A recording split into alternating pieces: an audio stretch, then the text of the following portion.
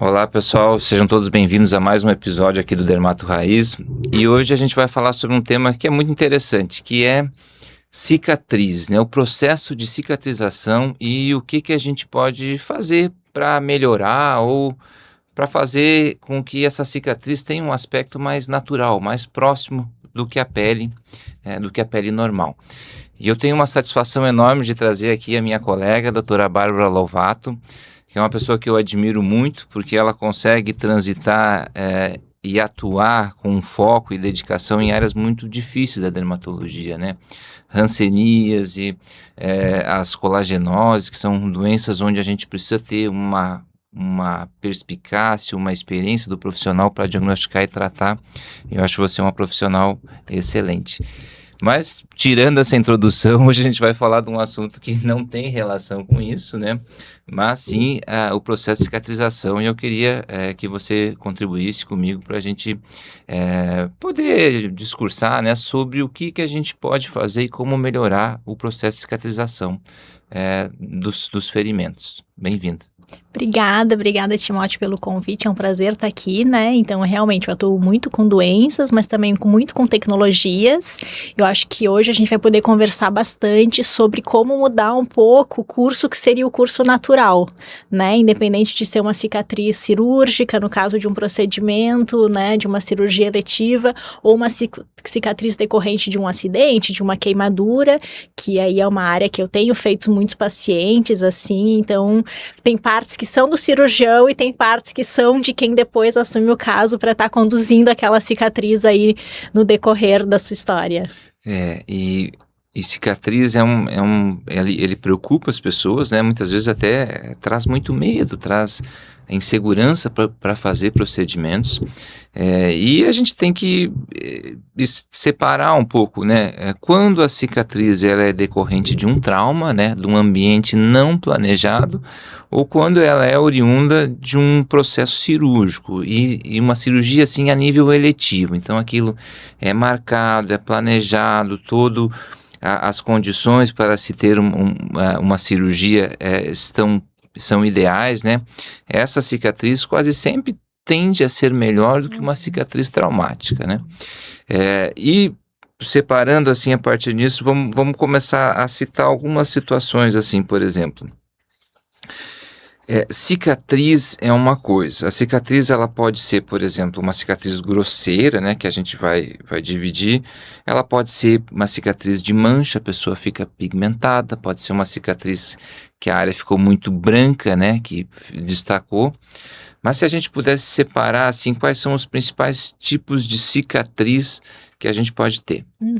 Então, basicamente, 2 processos podem acontecer, né? Em relação à textura, a gente pode ter uma cicatriz onde aquele processo de regeneração ele é excessivo, e a gente pode ter a cicatriz hipertrófica, que é quando a cicatriz fica gordinha, e a gente pode também ter uma exacerbação disso, que é o queloide. A gente precisa entender, muitas vezes os pacientes falam tudo como queloide, mas o queloide, por definição, ele é realmente, eu vejo como uma doença em que a cicatriz ela é muito maior do que a lesão inicial. Então, por exemplo, você foi lá, fez uma cirurgia, tirou ali 2 centímetros, a cicatriz inicial tinha 2 centímetros, e aquele queloide cresce e passa a ser uma lesão de 6, 7, 8 centímetros. Isso é um queloide. Então, a gente tem, por um lado, essa situação onde a lesão fica maior, seja mais alta ou maior do que a lesão inicial, e tem as cicatrizes atróficas, né, que são as cicatrizes onde a pele fica mais fina. Então, para quem no dia a dia a gente conseguir entender,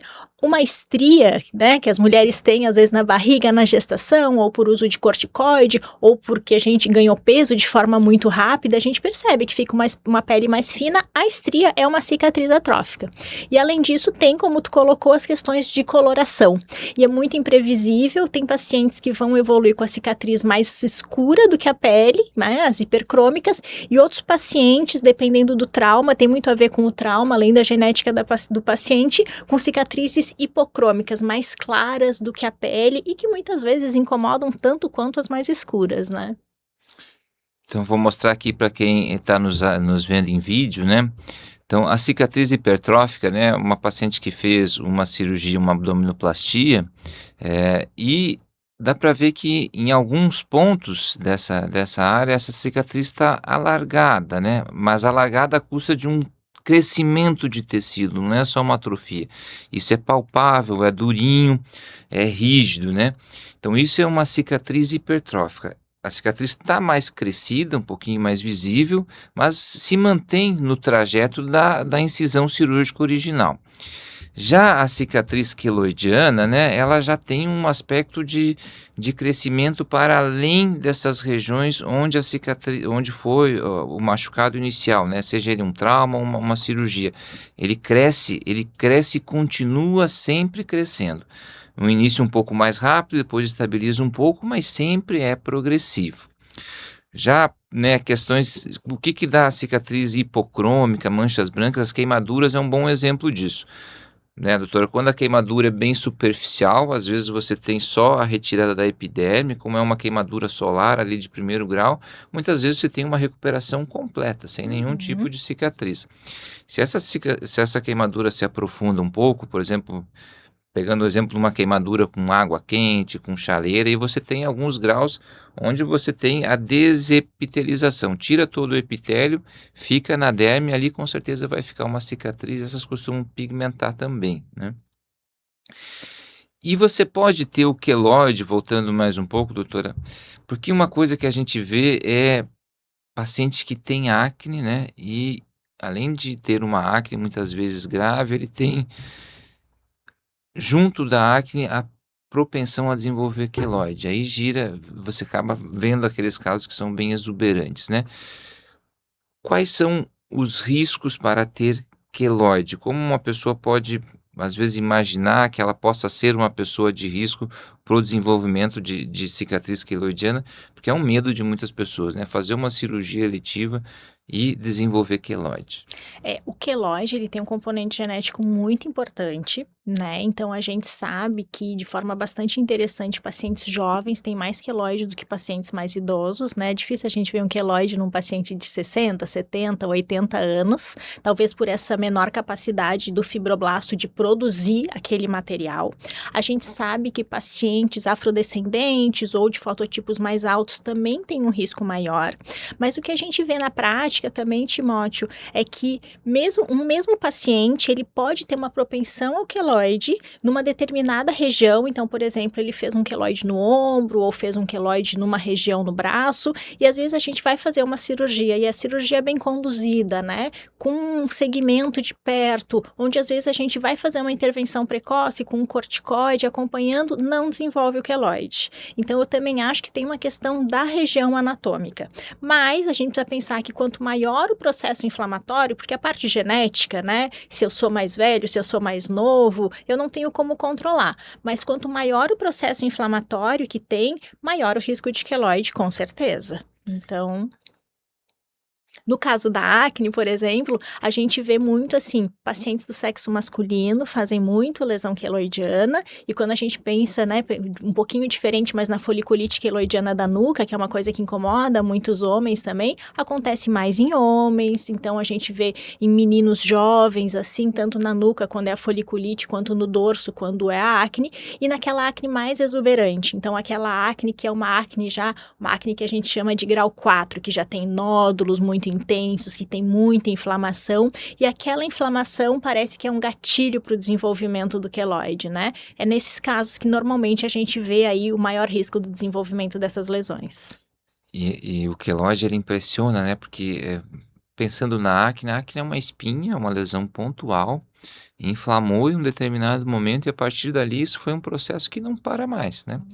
E tem pacientes que realmente precisam tratar não só do ponto de vista estético, visual, porque essas lesões trabalham, elas provocam retrações e limitações na movimentação, né, dos membros dessa região do tórax. Então, aqui a gente pode mostrar um processo cicatricial, né, de acne, aliás, um paciente com acne, né, e a partir das lesões de acne passou a desenvolver queloide.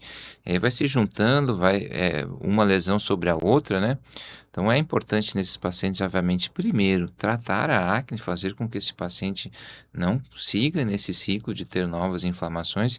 Em algum determinado momento aí, quando já está estável, começar a tratar, essa cicatriz queloidiana. Eu vejo que tem muita gente que ainda trata a acne como se não fosse uma doença, né? Então eu vejo muitas mães, assim, de adolescentes com medo do paciente, por exemplo, fazer um tratamento com uma isotretinoína, com um Rocutan, mas quando a gente compreende que é uma doença que às vezes não vai ficar só ali na adolescência, por quê? Porque as cicatrizes e os queloides podem ficar para o resto da vida. Esse é um paciente que ele nos procurou e a principal queixa dele, mais do que estética, porque eu fui muito honesta com ele, eu falei, olha, eu não sei o quanto a gente esteticamente vai conseguir avançar, mas ele falou, não, eu quero eu quero parar de sentir dor e eu quero conseguir movimentar melhor os braços, porque ele tinha tanto queloide que ele tinha uma dificuldade na movimentação e a gente está conseguindo ganhar essa amplitude do movimento, né? Tem uma questão de qualidade da vida que vai ser realmente para longo prazo, para o resto da vida do paciente, na verdade. E o paciente, assim, né, o paciente que tem acne mesmo, é um perfil, assim, que a gente vê, parece que ele não cicatriza tão bem, né? Porque a própria Uhum. lesão de acne da face também é um capítulo à parte, né? Cicatriz de acne. São pacientes que às vezes têm uma, duas, três lesões de acne um pouquinho mais inflamada, mas a cicatriz fica bem visível, bem aparente. Se não é pela pigmentação, é pela aquela atrofia, pelo um buraco que faz, enfim. Então, o paciente com acne, especialmente a acne mais grave, ele já é um paciente que tem um processo de cicatrização mais complicado, né? Com certeza. E daí a gente tem que pensar em atuar precoce, né, Timóteo, em qualquer cicatriz, no fundo, assim, nos fatores que podem levar à piora daquela cicatrização. Então, como tu comentou, tratar a acne antes que ela fique tão exacerbada, tão inflamada, com tantas lesões novas, assim. Numa cicatriz cirúrgica, quando a gente vê que ela tá vermelha, que ela infeccionou, né, absolutamente importante a gente estar tratando essa infecção, assim, para ter um ambiente adequado para aquela cicatrização. Isso é fundamental. E tratar precoce, né? Mas como que o paciente, a pessoa, o leigo, pode perceber assim, poxa, eu fiz uma cirurgia e acho que isso aqui não está evoluindo tão bem, assim. Uhum, Coça, uma cicatriz queloidiana, ela sente, ela uhum, dói. uhum. Como é que é essa porque a pessoa, assim, às vezes, poxa, acho que eu vou procurar, vou ver com o médico, vou chamar o meu cirurgião, vou ver com o meu dermatologista, você tem alguma coisa para fazer. Claro. Em primeiro lugar, tem todas as questões que são do cirurgião, né? Que é a inserção nas linhas de tensão aí, para a gente conseguir não distender aquela cicatriz. Tem questões que são de cada região, então áreas com muita tensão, como as costas, porque os músculos são muito grandes, elas tendem a cicatrizar um pouco pior. Tem uma questão da localização, é interessante, os pacientes morrem de medo de cirurgia no rosto, só que o rosto é o lugar que cicatriza melhor. Né? Graças a Nariz, Deus. felizmente, Felizmente. felizmente. Então, as corporais tendem a cicatrizar pior, assim. Bom, daí, no pós-imediato, o paciente tem que estar muito atento aos sinais de infecção ou de não fechamento adequado. Então, por exemplo, a saída de secreção, a vermelhidão na cicatriz, né? Ou então a presença, assim, de dor no local. É muito importante procurar o seu cirurgião, porque às vezes é naquele momento precoce, até com uma pomada com um pouco de antibiótico, com um pouco de anti-inflamatório, que a gente já vai conseguir modular aquela inflamação e melhorar ali o processo de cicatrização. Né? E realmente, retirou os pontos, se esse momento foi bem conduzido e a gente retirou os pontos e o paciente começa a sentir muita coceira, a coceira é uma coisa que incomoda muito nas cicatrizes hipertróficas e no queloide, o paciente nota que tem um endurecimento excessivo da cicatriz e às vezes ele começa sentindo isso como uma coceira ou ele fala assim, olha, para fora da pele não tem nada, mas eu sinto que lá no fundo tá duro, tá me incomodando, esse já é o momento da gente estar procurando atendimento, porque sim, nesse momento precoce tem o que ser feito. Eu acho que essa é uma das coisas que mais mudou nos últimos 10 anos, né? Porque antes a gente acreditava que a gente precisava esperar a cicatriz maturar, então esperar 6 meses, alguns cirurgiões pediam 1 ano da maturação daquela cicatriz e a gente sabe que existe um processo de cicatrização que vai até 1 ano realmente, para daí a gente começar a mexer naquela cicatriz. Cada vez mais a gente tem compreendido que através das tecnologias, através das intervenções precoces, a gente consegue mexer naquela história de 1 ano, organizar de forma melhor aquela cicatrização. Então, eu gosto que me procurem precocemente. E é um processo dinâmico, né, a cicatriz. Você tem esse período crítico aí, digamos, até a retirada dos pontos, e até a retirada dos pontos interfere um pouco. Se tu tira muito precoce, obviamente você tem um risco de ter a deiscência, de abrir, né, a sutura. Mas se você espera muito, aqueles pontos já começam a fazer um estrangulamento daquela pele, e aí você vai ter, além da marcação da incisão, do corte, da cirurgia, você vai ter marcação dos pontos Sim, que eles ficaram muito tensos sobre a pele. Então, tem um time certo para cada determinada região do corpo, tem um time certo para retirar os pontos, né? E às vezes deixar demais, isso pode comprometer. Mas vamos pensar assim, antes da gente entrar mais sobre cada tratamento, o que que o paciente pode fazer assim? Poxa, eu vou fazer uma cirurgia estética, vou fazer uma cirurgia de mama, uma abdominoplastia. O que que ele pode fazer, assim, em casa, os cuidados, assim, para tentar prevenir isso, assim? claro. Assim, a cicatrização ela começa hoje, né, Timóteo? Hoje, quando eu e você acordamos e a gente tomou café da manhã e a gente se alimentou e a gente fez atividade física, a gente fumou ou não fumou, a gente já está decidindo a nossa cicatrização.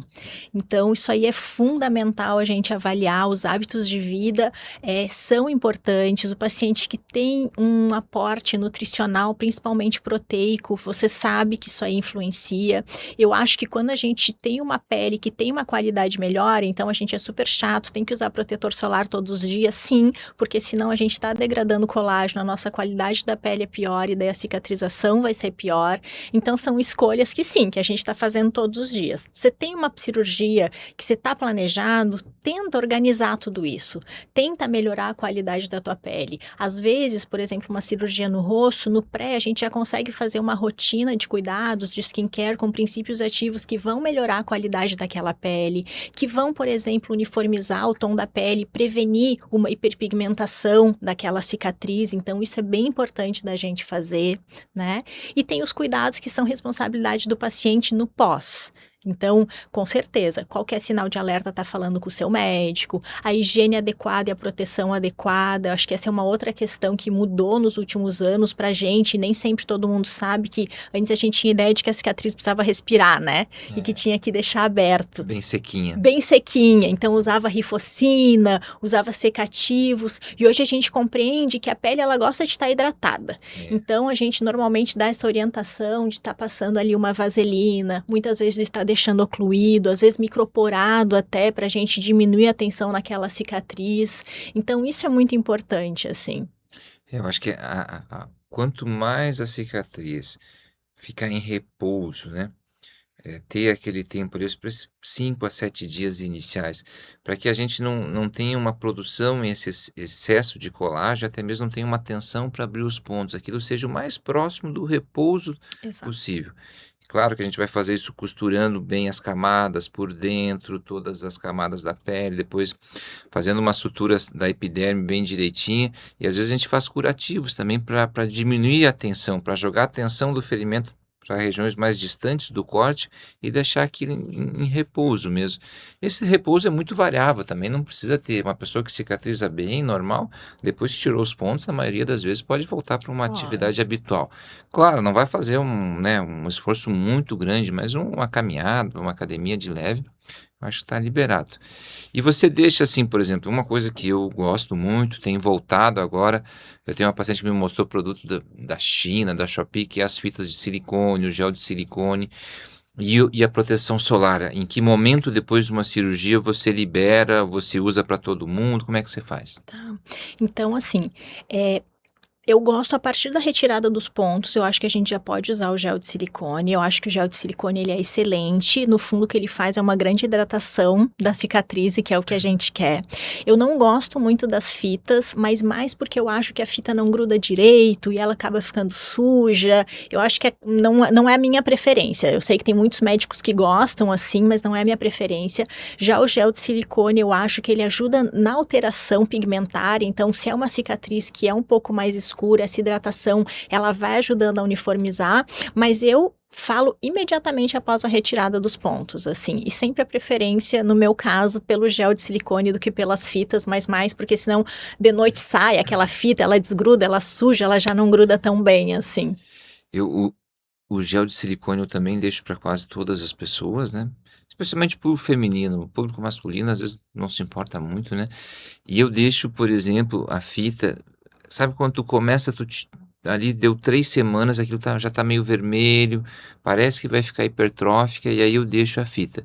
A Uhum. fita é bem documentado que funciona e ela ajuda a prevenir, né? Não é uma certeza que tu não vai fazer queloide ou cicatriz hipertrófica, mas ela ajuda a fazer com que aquilo não cresça tanto, não fique aquela Uhum. cicatriz tão Uhum. crescida, né? É. Para a cicatriz alargada, ela não contribui, mas para aquela formação da cicatrização hipertrófica em excesso ajuda.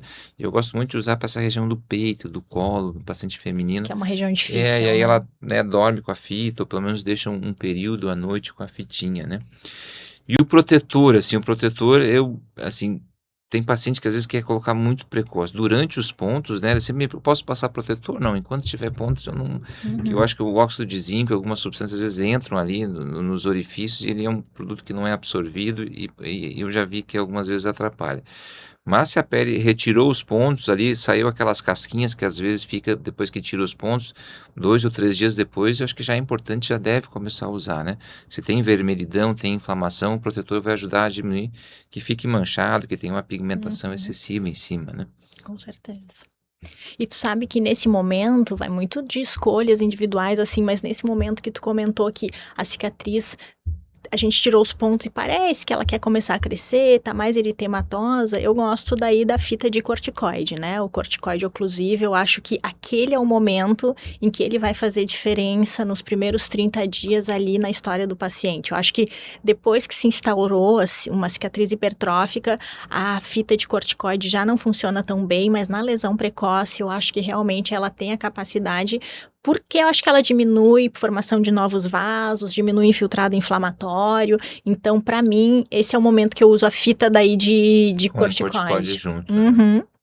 Tratamento, né? Como você comentou antes, o paciente pode programar, inclusive, a sua cirurgia antes mesmo. Ele pode já começar a tratar com uma forma preventiva com o médico, né? Então, por exemplo, Uhum. vou fazer uma cirurgia, né, aqueles pacientes assim, uma abdominoplastia com, né, uma mamoplastia redutora. Ele já pode fazer o acompanhamento com o médico, geralmente com o dermatologista, lá no pós-cirúrgico imediato, muitas vezes até antes de retirar os pontos, né? Uhum. E se a gente vai pensar assim, então, numa cicatriz nesse meio assim de cicatriz hipertrófica e de cicatriz queloidiana, né? A gente já comentou que o inicial é precoce, né? E as pessoas têm que entender também que não há um tratamento assim absolutamente que seja superior aos demais. A gente Uhum. precisa fazer uma combinação de procedimentos, não é um procedimento só e não é uma sessão só Ótimo. que a gente consegue ter um objetivo assim que traga satisfação para o paciente. Mas pensando nessa dupla, cicatriz hipertrófica e cicatriz queloidiana, como é que você organiza assim na sua cabeça o tratamento? O que não pode faltar na condução dessas lesões? Ótimo. Então, essa é uma cicatriz, o paciente já vem com ela ao menos instaurada, mesmo que inicial menos instaurada. Se for cicatriz hipertrófica, a minha primeira medida é o corticoide oclusivo, né? A fita de corticoide durante 30 dias, até para eu ver a resposta. Tem pacientes que nesses primeiros 30 dias, nunca deixo mais do que isso, mas que nesses primeiros 30 dias tem uma resposta dramática, assim, com muita melhora. Principalmente, esse é o momento que eles têm muita coceira, muito prurido, e eles já voltam falando: olha, melhorou muito a coceira, tá mais confortável, tá menos vermelha. Normalmente, esses primeiros 30 dias ajudam para isso.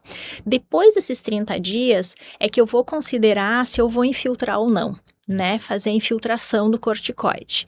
Já no queloide, eu já infiltro normalmente na primeira consulta, porque eu sei ali que tem muita inflamação e que até para eu poder planejar depois um outro procedimento, um laser, eu preciso já ter essa redução do processo inflamatório ali. né? Em relação à infiltração, eu acho que existe o seu lugar, mas eu acho que tem que ser bem feito, né, Timóteo? Infelizmente, na minha opinião, a gente vê muita infiltração, assim, feita de formas inadequadas e que levam a um resultado estético, às vezes, pior do que a cicatriz, ou tão ruim quanto a cicatriz inicial.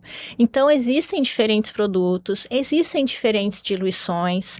Atualmente, eu tenho uma preferência por não infiltrar o corticoide puro, né, por associar o 5-fluoracil, apesar de ele ser um pouco mais doloroso, eu acho que o resultado é mais rápido, que ele não dá tanta atrofia, assim, então, tenho primeiro a fita de corticoide, daí depois a infiltração, sendo que eu normalmente faço ou um corticoide mais diluído, não tão forte, para a gente não ter tanta atrofia, e tem que esperar aí uns 40 dias para saber, não dá para ser muito afoito e querer assim resolver em 30 dias um processo que é tão importante como esse, e muitas vezes já faço com 5-fluoracil, né?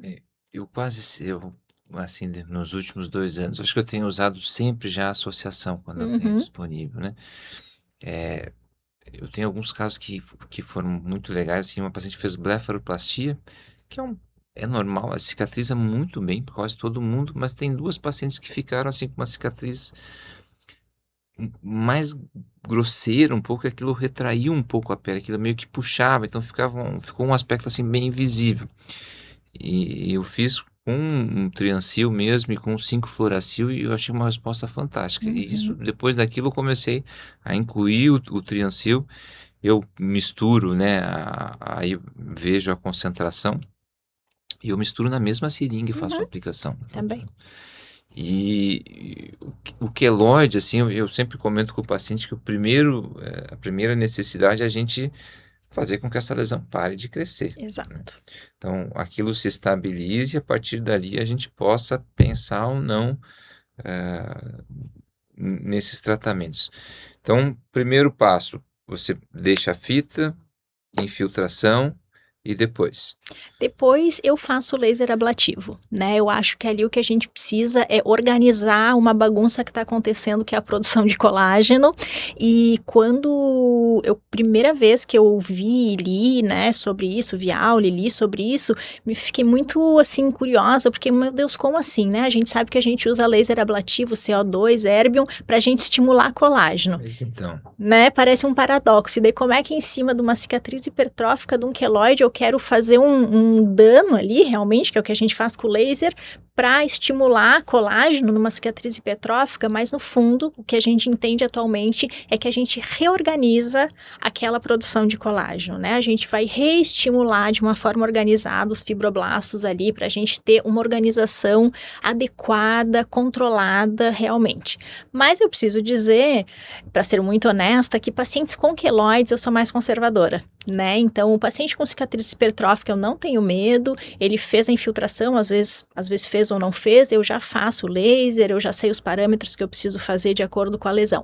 O paciente do queloide, eu tenho respeito pelo queloide, porque eu sei que às vezes ele pode ficar bravo com o laser, né? Então, o paciente de queloide eu faço uma área teste, né? Eu faço uma área teste com um parâmetro mais leve, para eu ver, porque eu já vi, não em pacientes meus, mas em pacientes que foram encaminhados para mim, que foram tentar fazer um laser em cima e a lesão respondeu de forma muito agressiva.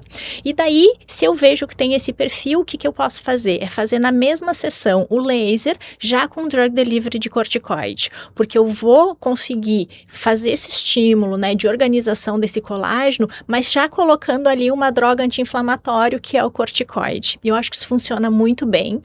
E também eu ia comentar antes que quando a gente está falando de infiltração de corticoide ou 5-fluoracil, a gente tem várias técnicas, né? Então, uma coisa que eu gosto muito, principalmente assim para criança ou para lesão pequena, eu uso muito MMP. Então, a gente usa ali como se fosse um aparelho de tatuagem para a gente conseguir colocar o medicamento na pele. Eu acho que é muito confortável para o paciente. Eu acho que a gente consegue ser muito preciso onde a gente coloca. Então, numa cicatriz linear, como de uma blefaro, numa cicatriz até de uma abdominoplastia, a gente consegue ali fazer de uma forma muito delicada, muito refinada. Então, fica muito bonito. E eu vejo que a tolerância é muito melhor do que a infiltração, né? E ali no drug delivery a mesma coisa. E daí eu posso fazer drug delivery só com corticoide, também com 5-fluoracil. É uma forma da gente conseguir controlar um pouquinho a brabeza do queloide. Eu acho que eu já vi você fazendo, né, em queimados, né, em queimadura, o drug delivery ajuda bastante, porque como é aquela área maior, é uma área geralmente não é uma lesão única, ou não é aquela queloidiana muito volumosa, né, ele é, de certa forma, uma lesão um pouco mais plana, eu acho que ajuda um monte, né, você consegue entregar mesmo essa medicação de uma forma bem Bem distribuída. distribuída. E o queimado, ele é uma cicatriz muito desafiadora, porque normalmente numa mesma área tu tem tudo, né? Tu tem uma área de atrofia que tá super fina, daí tu tem uma área hipertrófica que tá super grossa, daí tu tem uma área ali que é quase um queloide, que ele não mexe mais o dedo por causa daquilo, e daí sempre me perguntam, não, mas o que tu vai fazer? Eu falo, olha, cada área eu vou fazer um parâmetro, né? Então aqui eu vou fazer mais forte, aqui eu vou fazer drug delivery, aqui eu vou infiltrar, então ali tem uma combinação de técnicas que na hora tem que olhar e tem que inventar na hora mesmo.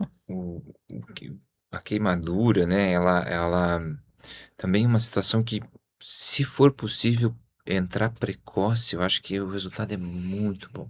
Tem uma paciente que, né, já há bastante tempo, e ela queimou toda uma parte da perna, e ela veio no consultório assim, devia dar uns 3 ou 4 meses, tinha reepitelizado, mas como o processo de cicatrização, né, ele faz uma força, né, quando uma lesão é grande, ela faz uma força centrífuga, centrípeta para o centro, e aquilo vem puxando todo aquele tecido. Naquele momento eu fiz infiltração, naquela época, é difícil, porque é doloroso, uma área extensa, mas é uma coisa que me impressionou. Eu vi essa paciente acho que há um ano atrás, isso deve ter feito uns 4, 5 anos já.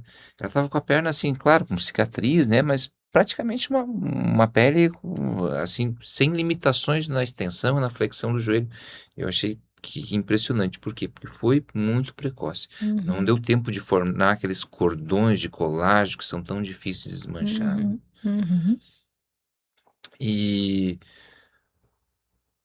no queloide, aliás, desculpa, na cicatriz hipertrófica, eu acho que o laser, o paciente que às vezes tem condição ou tem acesso, fazer um laser fracionado, um Erbium, por exemplo, eu faço assim que tirou os pontos. Se o paciente quer ter essa organização do colágeno, se ele não tem a propensão a fazer, eu acho que a cicatriz fica melhor, tá? Eu vejo isso sempre que a gente tem essa disponibilidade de oferecer para ele, já meio que fazer algumas sessões no pós-operatório imediato. Então, uma cirurgia no rosto, a gente já programa para ele fazer pelo menos umas 3 ou 4 Sim. sessões do laser fracionado. Não sei se tu faz da mesma forma. Eu faço da mesma forma. Eu normalmente, na retirada de pontos, e daí é uma coisa que eu sei que a gente discorda um pouco, parcialmente, na retirada de pontos eu acho interessante, dependendo da área, fazer a toxina botulínica, né? Então, claro, na face ali, porque a gente precisa pensar que a gente quer que aquela cicatriz fique parada.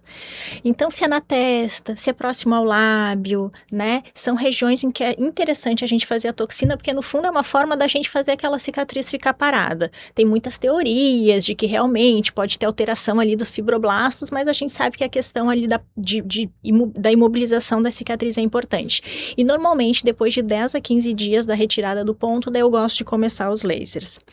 E dos lasers, a gente sabe que tem que ser lasers que atuem na derme, né? Então a Tem que gente ser mais profundo, né? tem que ser mais profundo. Pode ser o CO2, pode ser o Erbium, também dependendo da cicatriz. Para cicatriz cirúrgica, eu tenho gostado muito também de fazer os ablativos não fracionados, né? Então, que, por exemplo, no caso de picos segundos, um fracionado de 1064, forma aqueles liobes, eu acho que fica um resultado muito bom na região do pescoço, assim, paciente pós-tireoidectomia, aquela cicatriz desaparece, né? Desaparece, um laser que é confortável, que com a mesma ponteira eu consigo, às vezes, quando é pigmento, já tratar pigmento também, assim, quando tá um pouquinho mais escuro.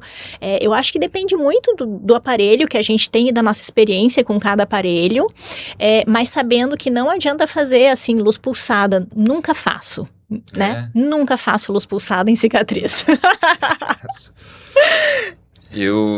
Mas então, em resumo, né? Digamos que a paciente vai fazer uma cirurgia, uma lesão na testa, né? Vai precisar de um retalho, vai ter algum grau de tensão. Você, no teu planejamento, o que que tem espaço? A toxina, o laser precoce, a plaquinha ou não, o gel de silicone e o que mais? E daí a gente, normalmente eu proponho para paciente fazer inicialmente a toxina e 3 sessões de laser. Então, a toxina na retirada de pontos e 3 sessões de laser, porque eu já consigo, com 3 lesões, dar uma reorganizada naquela cicatriz. E daí eu peço uma avaliação, porque daí vai de caso a caso, né? Por exemplo, tem uma coisa que é imponderável, mesmo com o melhor cirurgião, que é: vai ficar mais escuro? Vai ficar mais claro? E daí a minha abordagem vai ser totalmente diferente. Às vezes a minha abordagem vai ser de cuidados em casa. Olha, eu preciso usar um despigmentante ali, eu preciso usar realmente um medicamento despigmentante. Ou, por exemplo, ficou mais escura. Olha, eu posso fazer um laser ou um peeling para estar clareando aquela cicatriz, e a gente sabe que a alteração pigmentar de cor incomoda os pacientes demais, né? Demais. Ficou A manchado. mancha. E quando fica mais claro, e a gente sabe, né, que às vezes na incisão cirúrgica aparece, Timóteo, que quando tira o ponto fica um risco branco ali em alguns pacientes. E eu não sei te dizer, eu acho que é do paciente mesmo. Tem pacientes que fica aqui aquela marquinha branca. É uma lesão difícil, né? Mas eu acho que em alguns pacientes vale a pena a gente tentar fazer o MMP, fazer o drug delivery com 5-fluoracil. Muitos pacientes repigmentam com 2 a 3 sessões, mesmo que não totalmente, volta um pouquinho da cor e o paciente depois consegue Fica mais disfarçar. disfarçado aquela hipocromia, né? Fica mais disfarçado, exatamente. E eu faço o 5-fluoracil, aquelas assim, às vezes aqueles folão que dá no asfalto, que, né, fica aquela área hipocrômica, o paciente com um fototipo já um pouquinho mais alto, a pele mais morena. Eu acho que funciona, ele acelera aquela uniformização e disfarça bastante Eu não também fica acho. aquele branco nacarado, né? Com certeza. E no queloide, você vê espaço para cirurgia? Ai, que polêmica, né? Eu vejo. Eu acho que tem uma parte do queloide que a gente consegue ir soltando com o laser, mas eu acho que, na verdade, a cirurgia é muito importante para o queloide. Sabendo que, no momento que a gente operar, a gente já sabe que é um paciente de risco e a gente vai começar desde o início a fazer todas as medidas para aquele queloide não voltar, né? Então, pode ser uma radioterapia? Até pode, mas eu vejo que às vezes a gente não tem acesso à radioterapia, o paciente não quer se submeter, mas a gente fazer, por exemplo, um corticoide seriado, às vezes de 15 em 15 dias, em cima daquela incisão cirúrgica, a gente fazer o segmento, a gente fazer a compressão, né, Timóteo? A gente sabe que a compressão, seja com a malha de compressão ou com um dispositivo, quando é na orelha, né, a gente consegue fazer um dispositivo ali, queloide de orelha, que a gente vê muito, fazer um dispositivo, a compressão ajuda muito a controlar aquela cicatrização. Então, eu não acho que ter tido um queloide seja uma contraindicação, nem é uma nova cirurgia, nem a gente operar aquele queloide. Até porque precisa entender que queloides de grandes dimensões não vai ter tecnologia, não vai ter infiltração que vai dar conta, né? Então a gente precisa estar assistindo esse paciente para oferecer o melhor para ele, explicando para ele: olha, a gente vai ficar juntos, a gente vai seguir, tu vai vir aqui a cada 15 dias, a gente vai infiltrar, e daí a gente vai conseguir um resultado estético que vai ser melhor do que aquela lesão queloidiana muito grande. Pesar o custo-benefício para o paciente eu sim, né, eu opto por reintervir, então orelha é um lugar que eu acho que a taxa de sucesso é excelente, então o paciente tem um queloide volumoso, grande, aquilo não vai sair de outra forma, você opera, e a cirurgia muitas vezes não é fazer um retalho, uma reconstrução toda elaborada, você às vezes é simplesmente tirar e deixar aquilo plano, e você vai tratar e ser intensivo sobre aquela pequena área que restou do queloide, né? O que as pessoas não podem acreditar é que você vai ter um queloide grande no peito, vai fazer toda uma nova cirurgia, retirar aquilo como um tumor e fazer os pontos de uma forma que fique perfeito e achar que aquilo não vai recidivar. Não é isso que a cirurgia proporciona. Se tu simplesmente operar e costurar de novo como se fosse uma cirurgia normal, é 100% de certeza que vai recidivar. Uhum.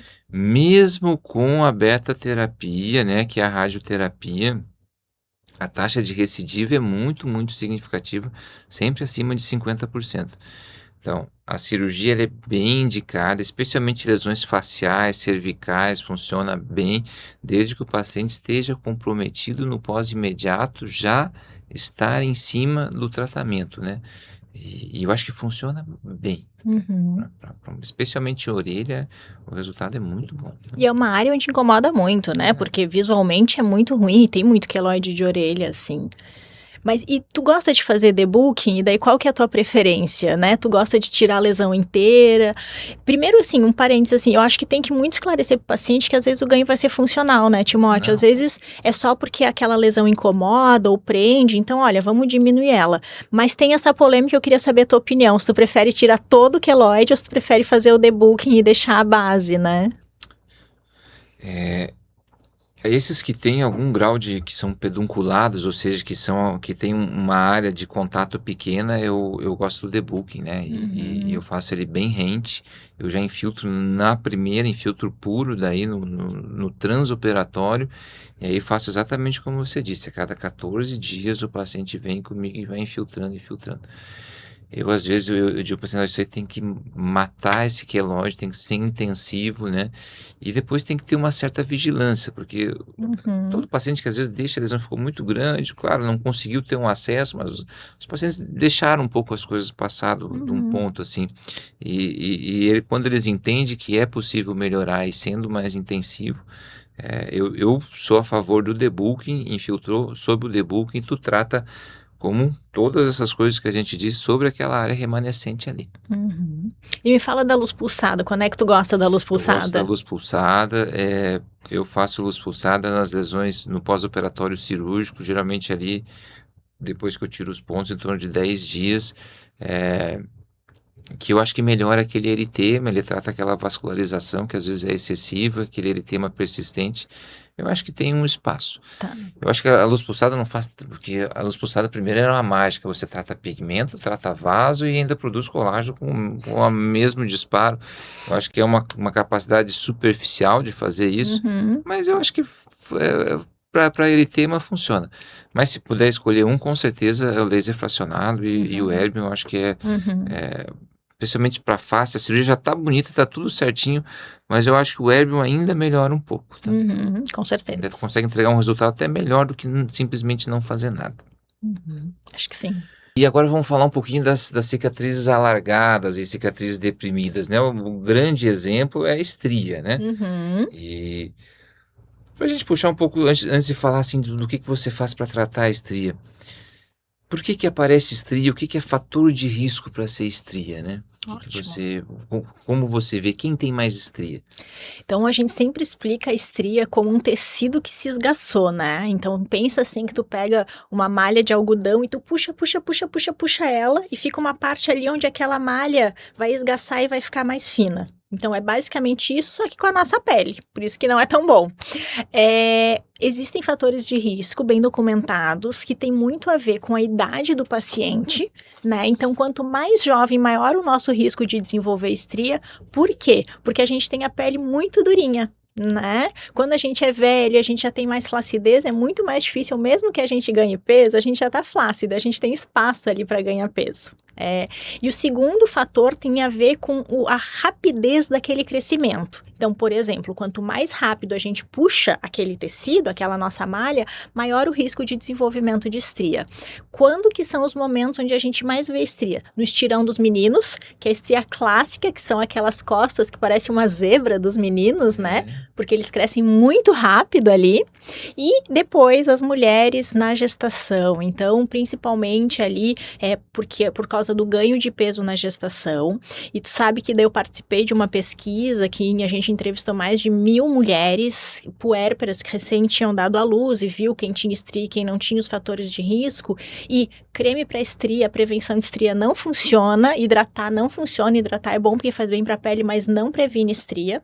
O que previne estria é não ganhar peso demais na gestação. Então eu sempre falo para as pacientes que a melhor prevenção de estria é uma nutricionista durante a gestação para a gente controlar isso aí.